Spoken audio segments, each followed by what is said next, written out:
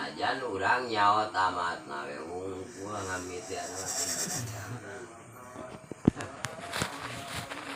dan penting amanana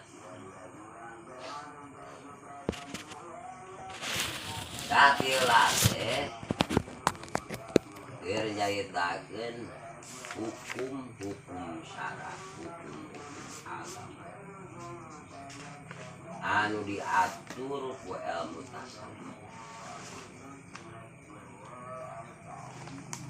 nyaeta akhir hanca teh bahwa urang selaku jalma mukallaf kudu bener-bener banget hayang ngajauhan kana pirang-pirang pamaksiatan ya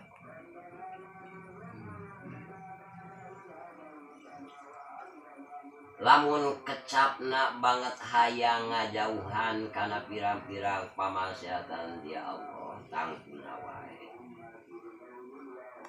kudu dihindari tina harapan rek migawe pamaksiatan dia Allah. Da banget hayangna ngajauhan berarti kudu dihindari kana harapan arek migawe pamaksiatan. Anajan dina bukina urang mah pagawean teh sering maksiat.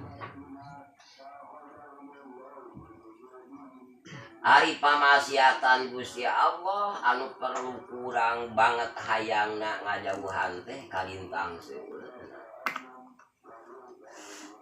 Dipayun tos dicarioskeun sapertos ngabohong.